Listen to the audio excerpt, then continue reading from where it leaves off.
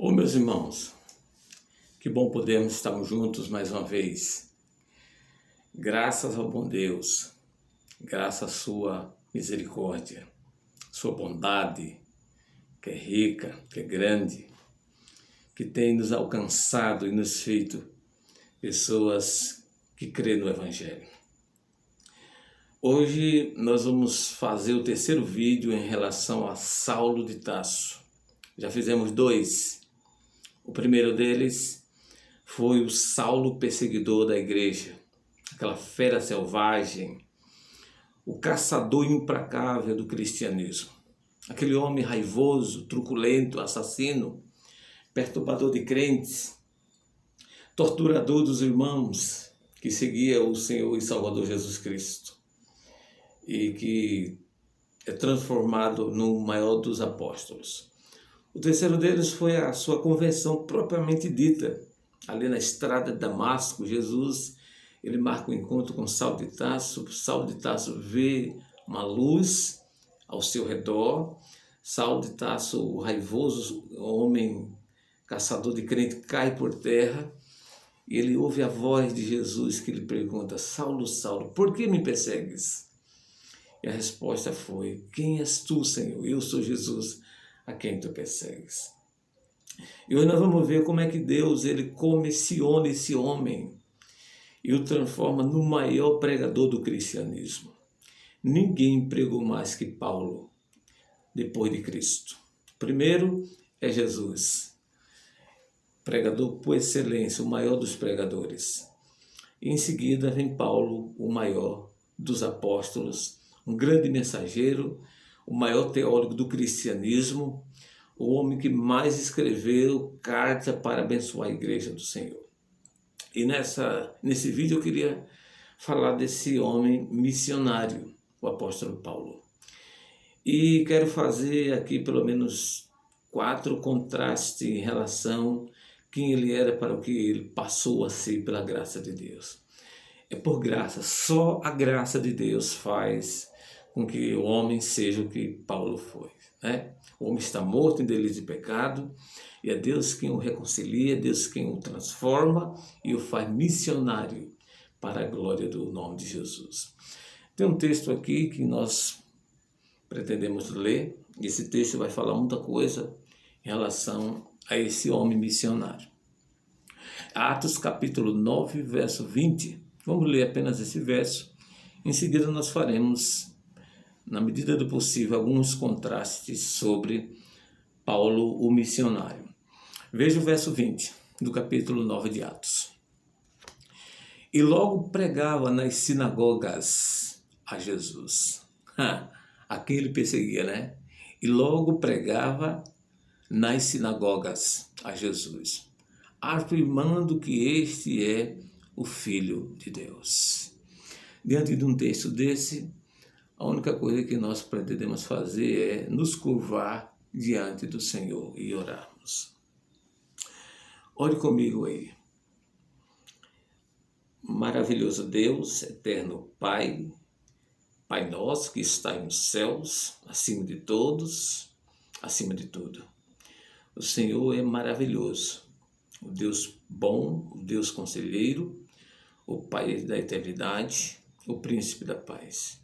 Nós estamos diante da Tua palavra, Senhor, que é viva, que é eficaz, que é mais cortante do que qualquer espada dos gumes, que penetra em nossa alma, que divide juntas medulas, e ela é abençoadora, ela é triunfadora, e é ela quem penetra em nossos corações, é ela que nos transforma, ela que ilumina os nossos olhos. E nós estamos aqui precisando da iluminação da Tua palavra, para que a glória seja do Senhor. Em nome de Jesus, em nome de Jesus. Amém. Então, amados, vejam que esse apóstolo Paulo, ele é transformado no maior pregador do cristianismo. Deus o chama, o converte, porque a conversão é obra do Espírito Santo, não é obra do homem. A convenção é um projeto de Deus, faz parte do projeto e ele mesmo realiza esse projeto. Se Deus não converter, não há conversão. No caso aqui de Saulo de Tarso foi convertido, ele não se converteu por si próprio.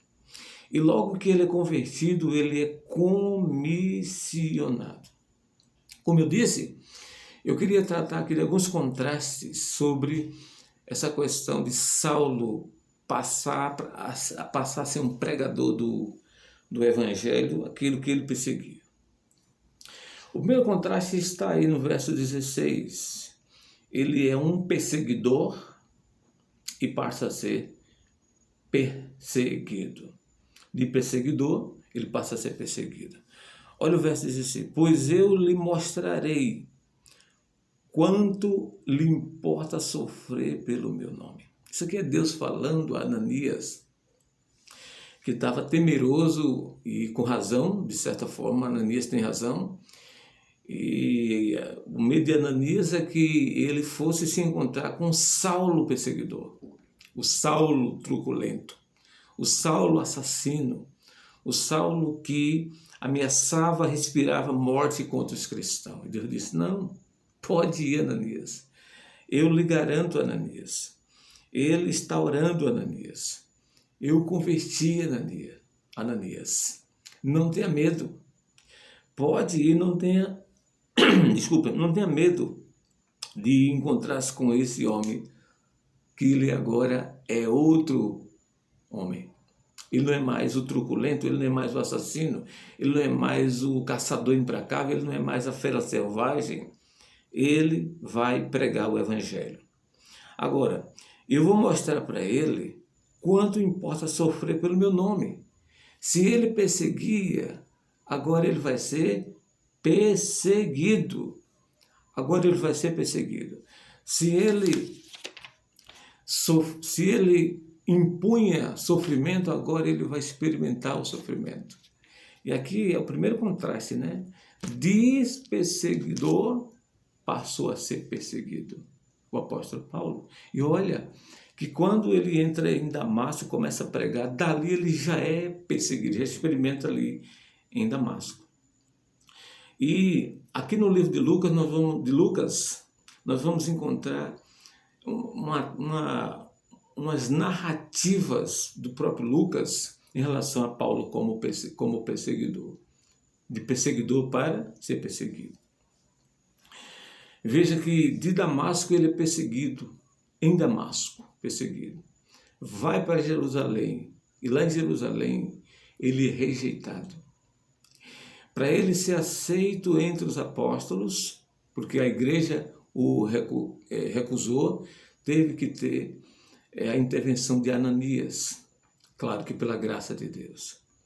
Ele vem para Tarso, sua terra natal, é esquecido lá em Tarso, ninguém lembra de Saulo de Tarso.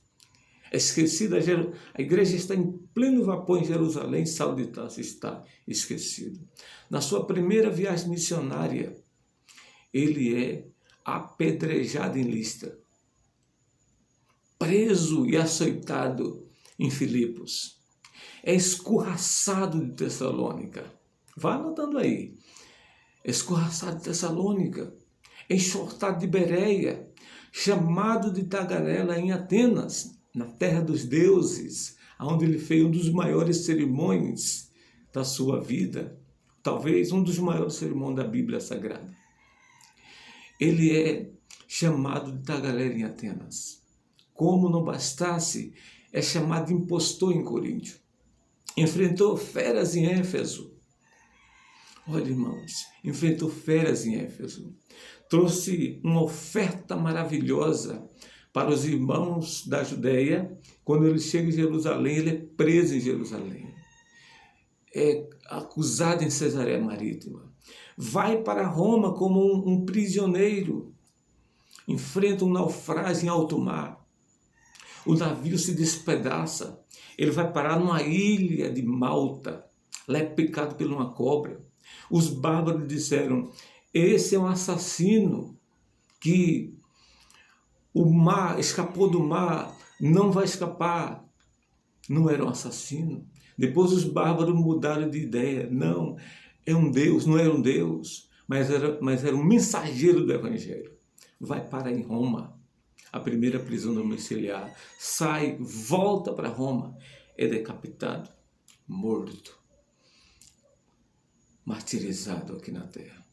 Então veja, de perseguidor passou a ser perseguido. E Deus disse, eu lhe mostrarei o quanto quanto importa sofrer pelo meu nome. Esse é um contraste maravilhoso aqui. Então, na sua carta aos Gálatas, ele vai dizer, porque trago no meu corpo a marca de Cristo, a marca do sofrimento, a marca das perseguições. O segundo contraste é que de agente de morte, esse homem passa a ser o agente da vida. De embaixador para a destruição, ele agora é o embaixador de Cristo, é o embaixador do Evangelho. Aí no verso 20 a 22, olha o que Lucas vai dizer. No verso 22 ele diz assim, logo pregava nas sinagogas a Jesus, afirmando que este é o Filho de Deus. Verso 21, ora, todos os que ouviam estavam atônitos e diziam, não é este o que exterminava em Jerusalém? Olha só, olha que palavra forte. Olha a opinião dos irmãos lá de Damasco. Disseram, não é este que exterminava em Jerusalém os que invocavam o nome de Jesus e para que veio precisamente com o fim de os levar amarrados aos principais sacerdotes? Olha que coisa, verso 22. Saulo, porém, mais e mais se fortalecia e confundia os judeus que moravam em Damasco, demonstrando que Jesus é o Cristo. Verso 23. Decorrido muitos dias, os judeus deliberaram entre si tirar-lhe a vida.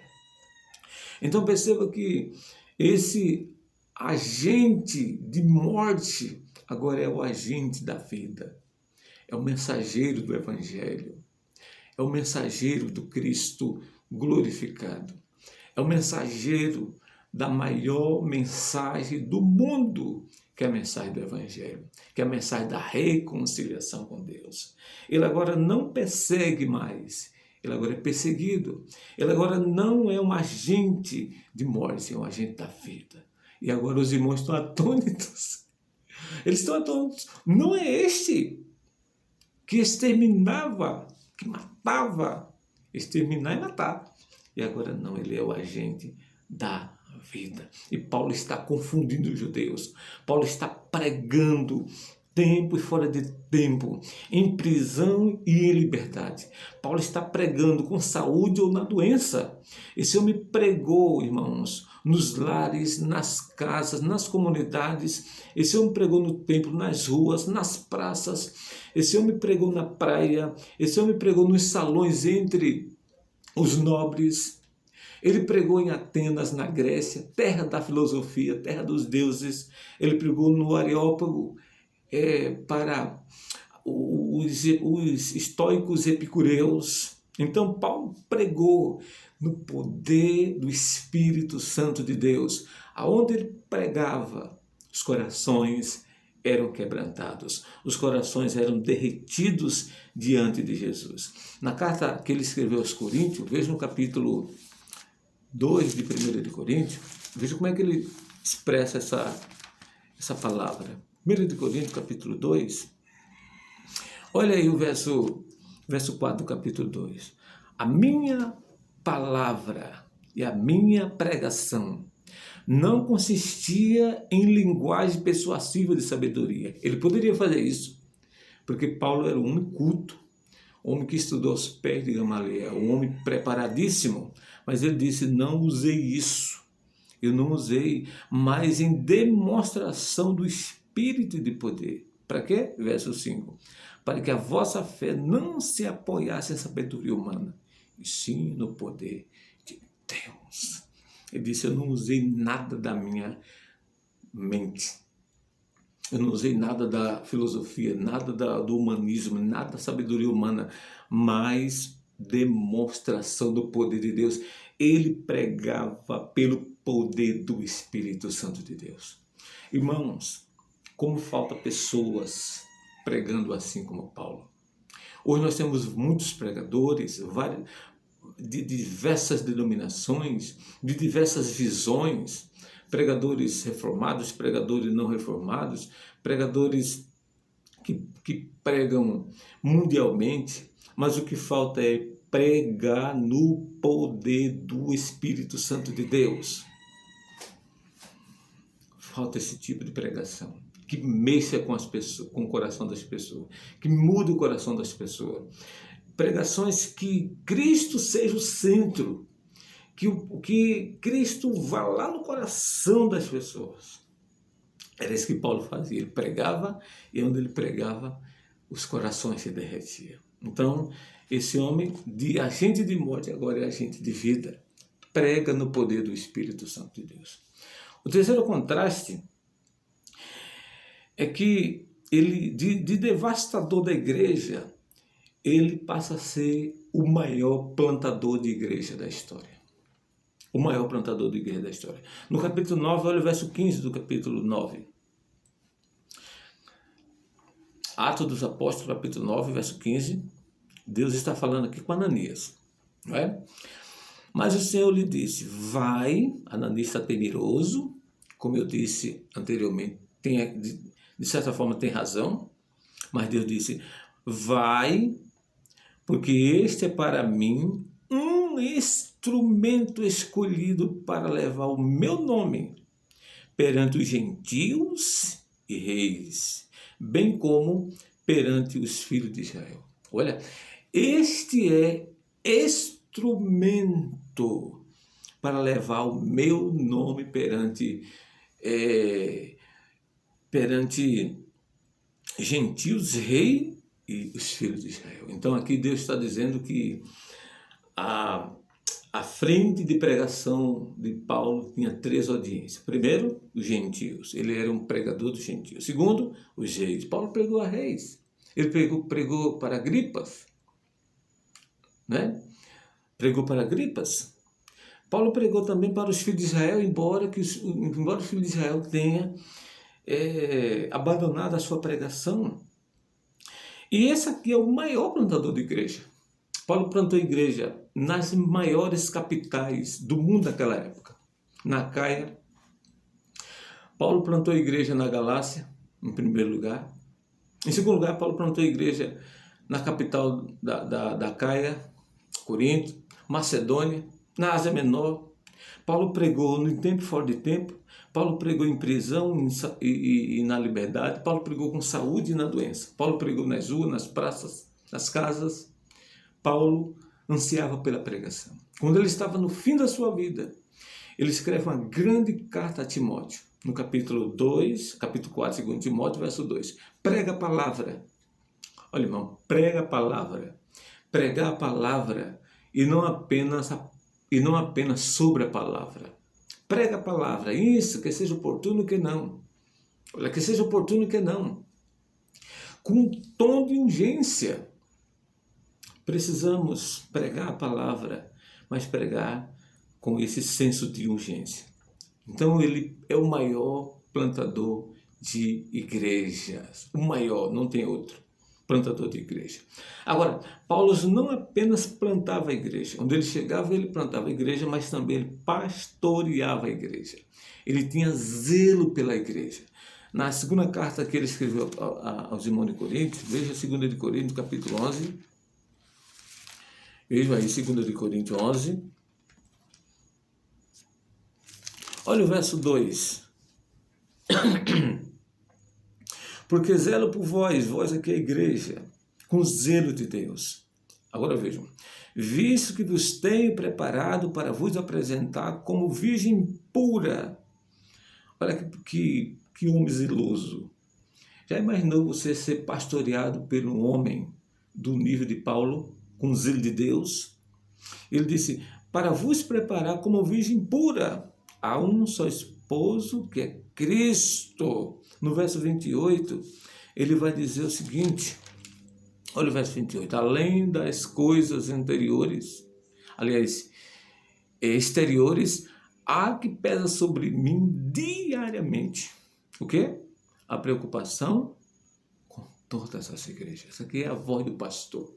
Ele não apenas fundava a igreja, mas ele se preocupava, pastoreava, ele zelava da igreja com zelo de Deus. E a ambição, no bom sentido de Paulo, era a obra do Senhor e Salvador Jesus Cristo. Veja o que é que ele vai dizer em Atos capítulo 20, quando ele faz uma reunião de pastores, presbíteros da igreja de Éfeso. Ele está trazendo a oferta para Jerusalém, e quando ele chega aqui,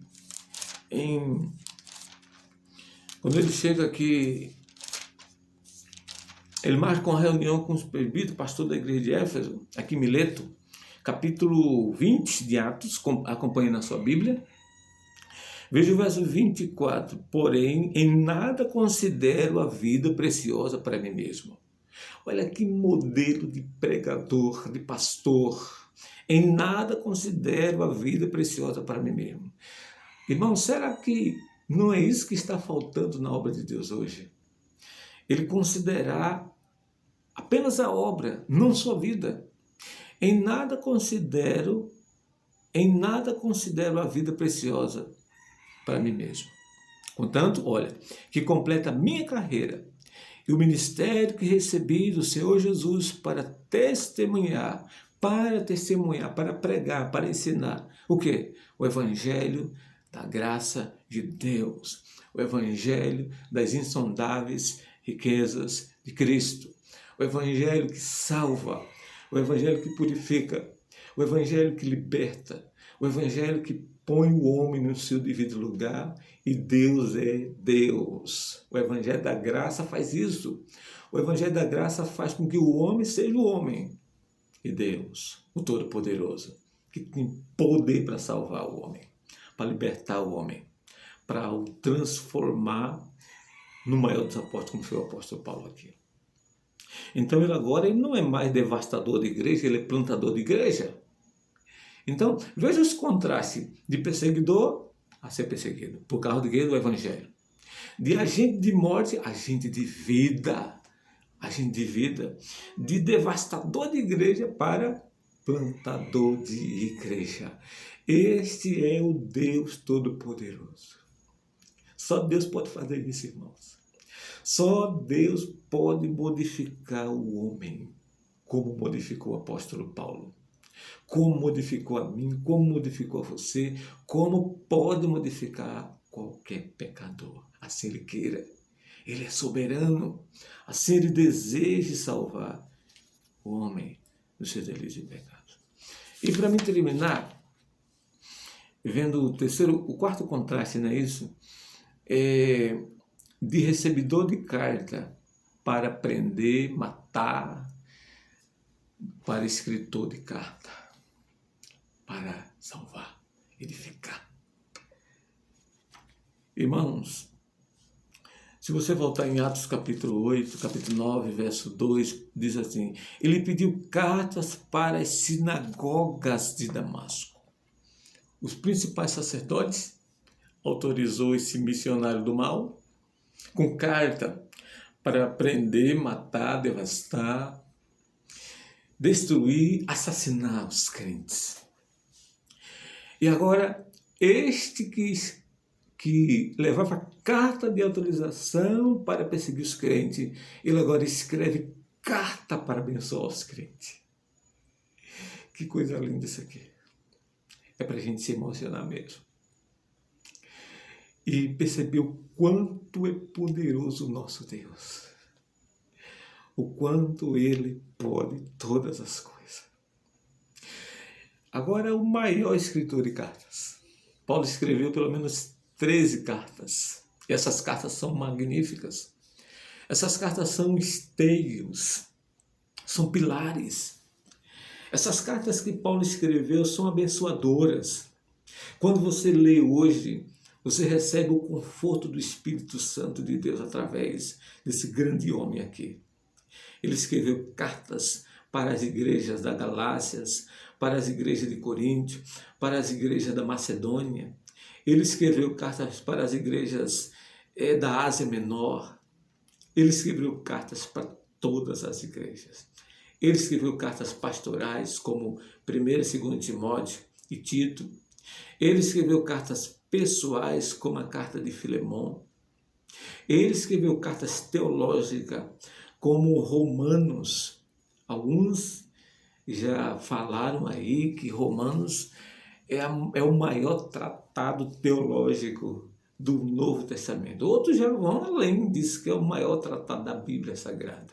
O fato é que esse homem, apóstolo Paulo, é o maior escritor de cartas do Novo Testamento. O maior escritor. Dos 27 livros que nós temos no Novo Testamento, Paulo é autor de 13. De 13. Louvado seja Deus. Louvado seja Deus por isso. Louvado seja Deus. Agora, a pergunta que não quer calar é: o que é que nós aprendemos com essa história de Saulo de Tarso sendo convertido e comissionado a pregador do Evangelho? O que é que nós aprendemos? Aprendemos que Deus, ele salva um homem, mas ele comissiona esse homem para levar a mensagem do Evangelho. Quando Deus salvou você e a mim, não foi para a gente ficar com a boca fechada. Não foi para a gente ficar de braços cruzados. Foi para a gente levar o Evangelho a outras pessoas. Foi para a gente ser missionário. Foi para a gente ser abençoador. Foi para a gente ser evangelista. Foi para a gente ser embaixador do reino de Deus. Você tem uma missão. Eu tenho uma missão. Nós temos uma missão. E a missão é levar o Evangelho a toda criatura. Se empenhe por essa missão. Se inscreva nesse canal. Faça parte dessa obra simples, mas tão importante. Se envolva, meu irmão. Faça alguma coisa na sua comunidade, na sua família, na sua empresa, na sua igreja onde você congrega. Leve o Evangelho a toda criatura. O projeto de Deus é: ide por todo mundo e pregai o Evangelho a toda criatura. Quem crê vai ser salvo, sim. Quem crê vai ser salvo. Então, esse é o grande apóstolo Paulo, que nós aprendemos, que nós devemos também pregar o Evangelho. Ele disse: sede os meus imitadores, como eu também sou de Cristo. Sede os meus imitadores, como eu também sou de Cristo.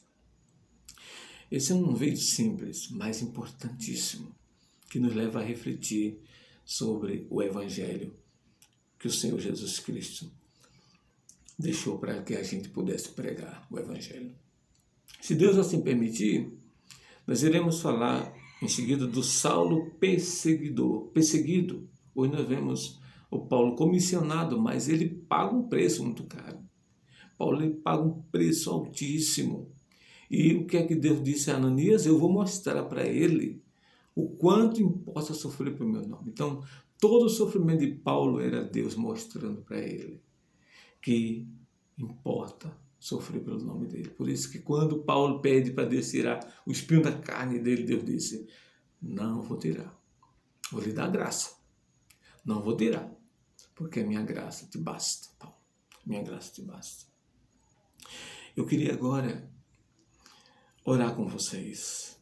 Você que está aí me assistindo do outro lado, através desse canal de YouTube, vamos fazer uma oração comigo.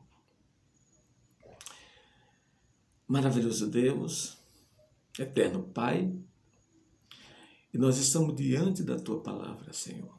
Uma palavra forte, poderosa, digna de honra, digna de toda aceitação, uma palavra de missões, uma palavra que transformou a vida do apóstolo Paulo, que também transforma nossas vidas, Senhor. Eu oro junto com essa pessoa que está aí do outro lado, esse homem, essa mulher, que tem, Senhor, experimentado a graça da salvação e que precisa levar essa salvação adiante. Ajuda, Senhor, a cada um de nós, de força, de sabedoria. Ilumina os nossos olhos, tira os nossos empecilhos, tira as nossas dificuldades, Senhor. Faça com que a gente tome posse do chamado e possa levar o Teu nome em diante. Te pedimos isso, em nome de Jesus, no nome do Senhor. Amém. Amém, meu irmão. E até a próxima, fique com Deus, que o Senhor traga graça, sabedoria a vocês e que possamos estar de volta aqui em nome de Jesus, no nome do Senhor.